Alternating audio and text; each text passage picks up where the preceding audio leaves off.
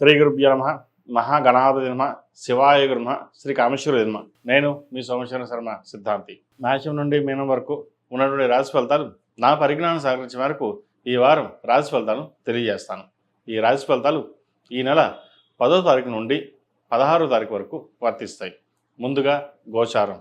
మేషంలో రవి బుధులు, వృషభంలో శుక్రుడు, మిథున రాశిలో గురువు, సింహరాశిలో కేతువు, కుంభరాశిలో రాహు, మేన్ రాశిలో శని, కుజులు. కన్యారాశి వారికి ఈ వారం చాలా వరకు అనుకూలంగా ఉంది.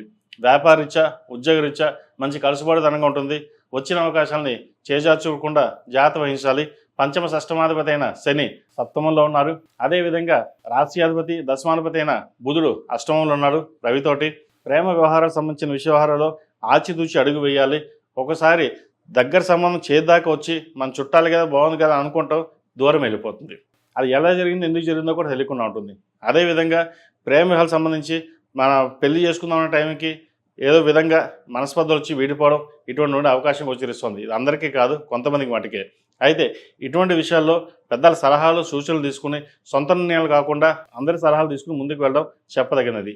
పెళ్ళైన వారు జీవిత భాగస్వామితో సఖ్యతగా ఉంటారు. వారి పేరు మీద పెట్టే వ్యాపారాలు ఏవైతే ఉన్నాయో అవి కలుసుబాటుతనంగా ఉంటుంది. ఒక స్థాయికి మించి మనం ఎదగాలి అన్న ఆలోచనతో ముందుకు వెళ్తారు.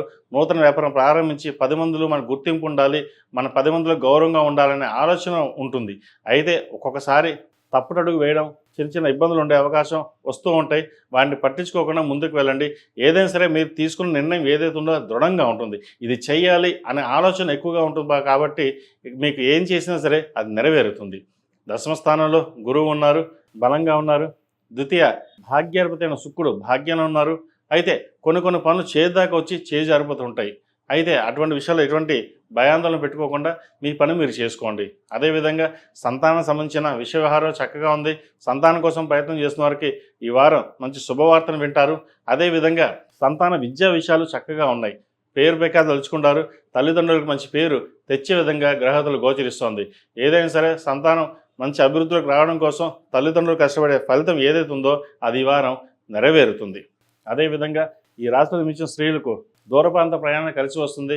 వృత్తిరీత్యా, వ్యాపారరీత్యా కలుసుబడితనంగా ఉంటుంది. కోర్టు సంబంధించిన విషయ వివరాలు సానుకూలపడతాయి. అదేవిధంగా దూర ప్రాంత ప్రయాణాలు వీరికి చక్కగా కలిసి వస్తుంది. వ్యాపారం కోసం చేసే ప్రయత్నాలు వీరికి చక్కగా ఉంటుంది. వీరి పేరు మీద చేసే వ్యాపారాలు ఏదైనా సరే ఈ వారం కలుసుబడితనంగా ఉంటుంది. అదేవిధంగా ఆరోగ్యరీత్యా చిన్న డిస్టర్బెన్సెస్ ఉంటాయి. ఇమ్యూనిటీ పవర్ తక్కువగా ఉంటుంది. అదేవిధంగా సరైన సమయానికి ఆహారం తీసుకోకపోవడం వల్ల కూడా కొంచెం గ్యాస్ట్రిక్, ఇండైజెషన్, అల్సర్ వచ్చే అవకాశం లేకపోలేదు. వాటి విషయంలో ఖచ్చితమైన జాగ్రత్తలు పాటించడం చెప్పదగినది. ఈ రాశి వారు ప్రతిరోజు ప్రతినిత్యం లక్ష్మీ అమ్మవారికి తామర ఒత్తులతో దీపారాధన చేయడం, అదేవిధంగా ప్రతిరోజు నువ్వుల నూనెతోటి, ఎందుకంటే నువ్వుల నూనెతోటి దీపారాధన చేయడం వల్ల శని అనుగ్రహం లభించడం, అదేవిధంగా నరదిష్టి, నరఘోష ఏదైనా ఉంటే ఈ నువ్వుల నూనెతో దీపారాధన చేయడం వల్ల చాలా వరకు సమస్య పోతుంది. కాలభైరవ రూపు, ఇంద్రాణి రూపు మెడలో వేసుకోవడం చెప్పదగినది. మగవారు సప్తముఖి రుద్రాక్ష మెడలో వేసుకోవడం చెప్పదగిన సూచన. ఈ రాశిలో జన్మించిన వారికి కలిసి వచ్చే సంఖ్య 6, కలిసి వచ్చే రంగు గ్రీన్. ఏదైనా పని మీద బయటకు వెళ్ళేటప్పుడు బుధవారం కానీ శనివారం కానీ వెళ్ళండి, మంచి ఫలితాలు సంప్రాప్తిస్తాయి.